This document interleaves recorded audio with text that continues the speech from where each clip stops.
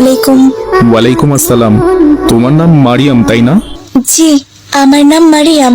তোমার নাম যেমন সুন্দর, ঠিক তুমিও তেমনই সুন্দর। আপনিও যে অনেক ভালো। আমার আসলে বিশ্বাসই হচ্ছিল না যে কেউ আমাকে না দেখে বিয়ে করবে। এই যুগে যে এমন ছেলে আছে সেটা তো আমার জানা ছিল না।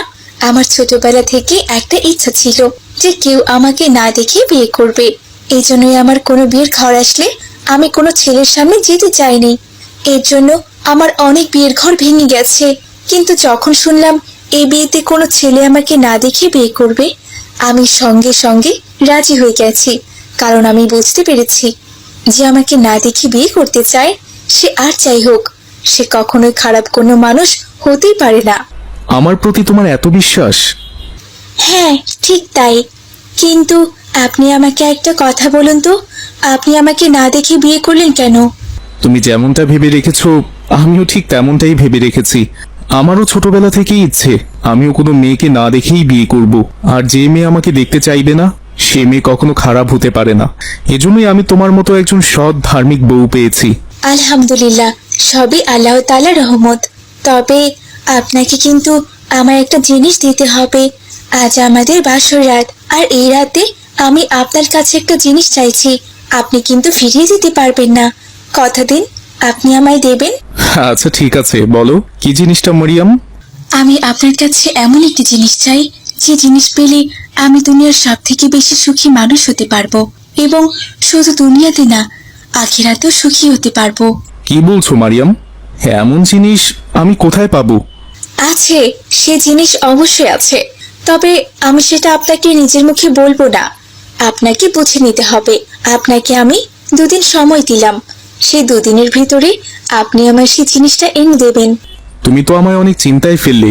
তুমি যে কি জিনিসে সুখী হবে আমি তো সেটাই জানি না, কারণ এক একজন এক এক জিনিস পেয়ে সুখী হয়।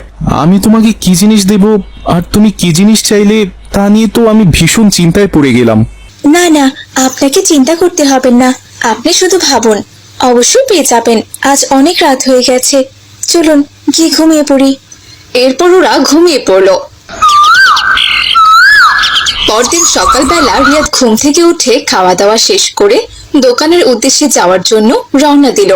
যাওয়ার সময় মারিয়াম তার স্বামী রিয়াদকে বলল, আসসালামু আলাইকুম, আপনি চলে যাচ্ছেন? ওয়ালাইকুম আসসালাম। হ্যাঁ মারিয়াম। আপনার কি মনে আছে কাল রাতে আপনার কাছে আমি একটা জিনিস চেয়েছি? আপনি কিন্তু 2 দিনের সময় নিয়েছেন। জিনিসটা কিন্তু অবশ্যই আনবেন। আমায় আর একটু চিন্তা করতে হবে, আমি তাহলে এখন আসি। আচ্ছা ঠিক আছে, সময় নিন, এতে কোনো সমস্যা নেই।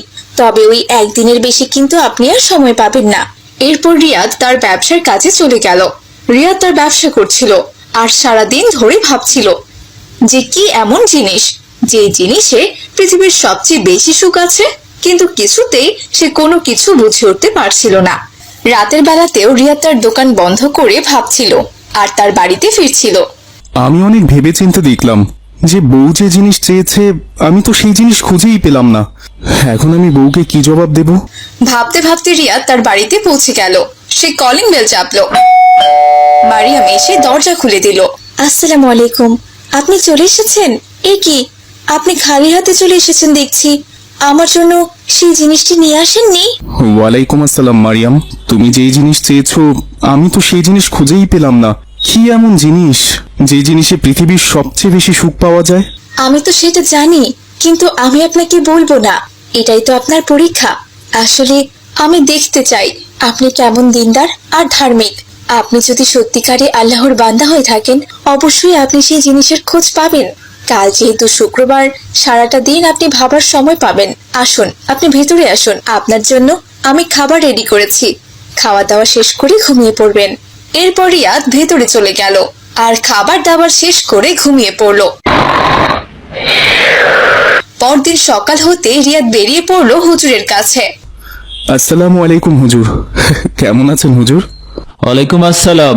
আলহামদুলিল্লাহ, আমি ভালো আছি বাবা রিয়াদ। শুনলাম তুমি নাকি বিয়ে করেছো? হ্যাঁ হুজুর, আপনি তো হজে ছিলেন, তাই আপনাকে দাওয়াত দেওয়া হয়নি। সমস্যা নেই বাবা রিয়াদ, তুমি বিয়ে করেছো শুনে আমি খুব খুশি হয়েছি। তা বৌমা কেমন? মাশাআল্লাহ হুজুর, আমার বউ খুবই ভালো, ধার্মিক, দিনদার, পর্দাশীল। তবে হুজুর, একটা বিপদে পড়ে আমি আপনার কাছে এসেছি। কি বলো বাবা রিয়াদ, তুমি কি সমস্যায় পড়েছো বলো দেখি।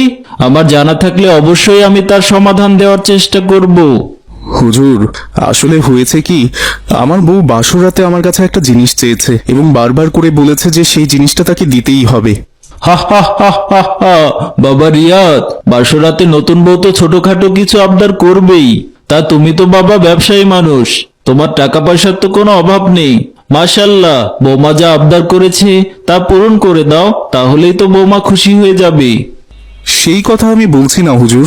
আমার বউ যদি কাপড় চোপড় সোনা গয়না ধন দৌলত চাইতো তাহলে সেটা আমি অবশ্যই দিতাম, কিন্তু বউ এমন একটা জিনিস চেয়েছে সেটা আমি চিন্তা করতেই পারছি না। কি বলছো বাবা রিয়াদ, বৌমা কি জিনিস চেয়েছে? হুজুর, ও আমার কাছে এমন একটি জিনিস চেয়েছে যে জিনিস পৃথিবীর সব থেকে বেশি সুখ বয়ে আনে। শুধু ইহকালে না, পরকালেও সেই জিনিস সুখ বয়ে আনে, কিন্তু আমি অনেক খুঁজেও সেই জিনিসের সন্ধান পাচ্ছি না। হা হা হা। বাবা রিয়াদ, তুমি তো দিনদার ধার্মিক, কিন্তু তুমি যে এত বোকা সেটা আমি জানতাম না। বৌমা যে আবদার করেছে সেটা আমি তোমার মুখে শুনেই বুঝতে পেরেছি। সত্যি বাবা রিয়াদ, ভাগ্য করে তুমি এমন একটা বউ পেয়েছো। বৌমা একদম আল্লাহর খাঁটি বান্দা, সঠিক জিনিসটাই তোমার কাছে উপহার হিসাবে চেয়েছে। কিন্তু হুজুর, কি জিনিস চেয়েছে সেটাই তো আপনি বললেন না। শোনো বাবা রিয়াদ, বৌমা সোনা দানা হিরে মুক্ত জহরত কিচ্ছু চাইনি। সে শুধু উপহার হিসাবে চেয়েছে একটা কোরআন মাজিদ। কোরআন মাজিদ? কোরআন মাজিদ কি করে মানুষের জীবনে সুখ বয়ে আনে? আমি তো জানি ধন দৌলত টাকা পয়সা মানুষের জীবনে সুখ বয়ে আনে। বাবা রিয়াদ, কোরআন হচ্ছে আমাদের সেই জীবন ব্যবস্থা যে সঠিকভাবে কোরআন মেনে চলবে সে ইহকালে পরকালে দু জায়গাতেই শান্তি পাবে। যদি কারো কলবে কোরআন থাকে সে কখনোই খারাপ কাজে লিপ্ত হতে পারবে না। সে সব সময় ভালো কাজ করবে আর সঠিক পথে জীবন যাপন করবে। আজকালকার দিনে কোনো মেয়েই তো কোরআন মাজিদ উপহার হিসাবে চায় না, চাই শুধু সোনা দানা এগুলো। বৌমা যেহেতু তোমার কাছে একটা কোরআন মাজিদ চেয়েছে, তুমি আজই একটা কোরআন মাজিদ কিনে তার কাছে নিয়ে যাও। এবার আমি বুঝতে পেরেছি হুজুর, সত্যি ভাগ্য করে এমন একটা বউ পেয়েছি যার কাছে দুনিয়ার টাকা পয়সা ধন দৌলত কিছুই না। সে কোরআনকে সবচেয়ে তার জীবনের মহামূল্যবান সম্পদ মনে করেন। আমি তাহলে এখন যাচ্ছি হুজুর, আজই আমি আমার বউয়ের জন্য একটা কোরআন মাজিদ কিনে নিয়ে যাব। হ্যাঁ হ্যাঁ বাবা রিয়াদ, তাই করো। আসসালামু আলাইকুম হুজুর। ওয়ালাইকুম আসসালাম বাবা। এরপর রিয়াদ হুজুরের কাছ থেকে বিদায় নিয়ে বাজারে চলে গেল আর বাজার থেকে একটি কোরআন শরীফ কিনে নিয়ে বাসায় চলে এলো। আসসালামু আলাইকুম, আপনি এসেছেন? হ্যাঁ মারিয়াম, আচ্ছা, সকালে আপনি না বলে কোথায় গিয়েছিলেন? তোমার সেই মহামূল্যবান জিনিস আনতে মারিয়াম। তাই নাকি, এনেছেন? হ্যাঁ হ্যাঁ, এই দেখো তোমার সেই মহামূল্যবান জিনিস। স্বামীর হাতে কোরআন শরীফ দেখে তো মারিয়াম ভীষণ খুশি হয়ে গেল। আলহামদুলিল্লাহ, আপনি সঠিক জিনিসটাই আমার জন্য নিয়ে এসেছেন। আমি আপনার কাছে এই সুখটাই চেয়েছিলাম। পৃথিবীর সমস্ত সুখ এই কোরআন মাজিদে আছে, যার অন্য কোনো জিনিসে নেই। আপনাকে স্বামী হিসেবে পেয়ে আমি সত্যি অনেক খুশি। আপনি যে আপনার স্ত্রীর সুখটা বুঝতে পেরেছেন। আমিও তোমাকে বউ হিসেবে পেয়ে অনেক খুশি হয়েছি মারিয়াম। এই নাও মারিয়াম, তোমার কোরআন। এরপর রিয়াদ কোরআন শরীফটি মারিয়ামের হাতে তুলে দিল। এরপর থেকে প্রতিদিন ভোরবেলা মরিয়ম মধুর সুরে কোরআন তিলাওয়াত করত আর রিয়াদ কোরআন তিলাওয়াত মন দিয়ে শুনতো। এভাবেই তারা স্বামী স্ত্রী সুখে শান্তিতে দিন কাটাতে লাগলো।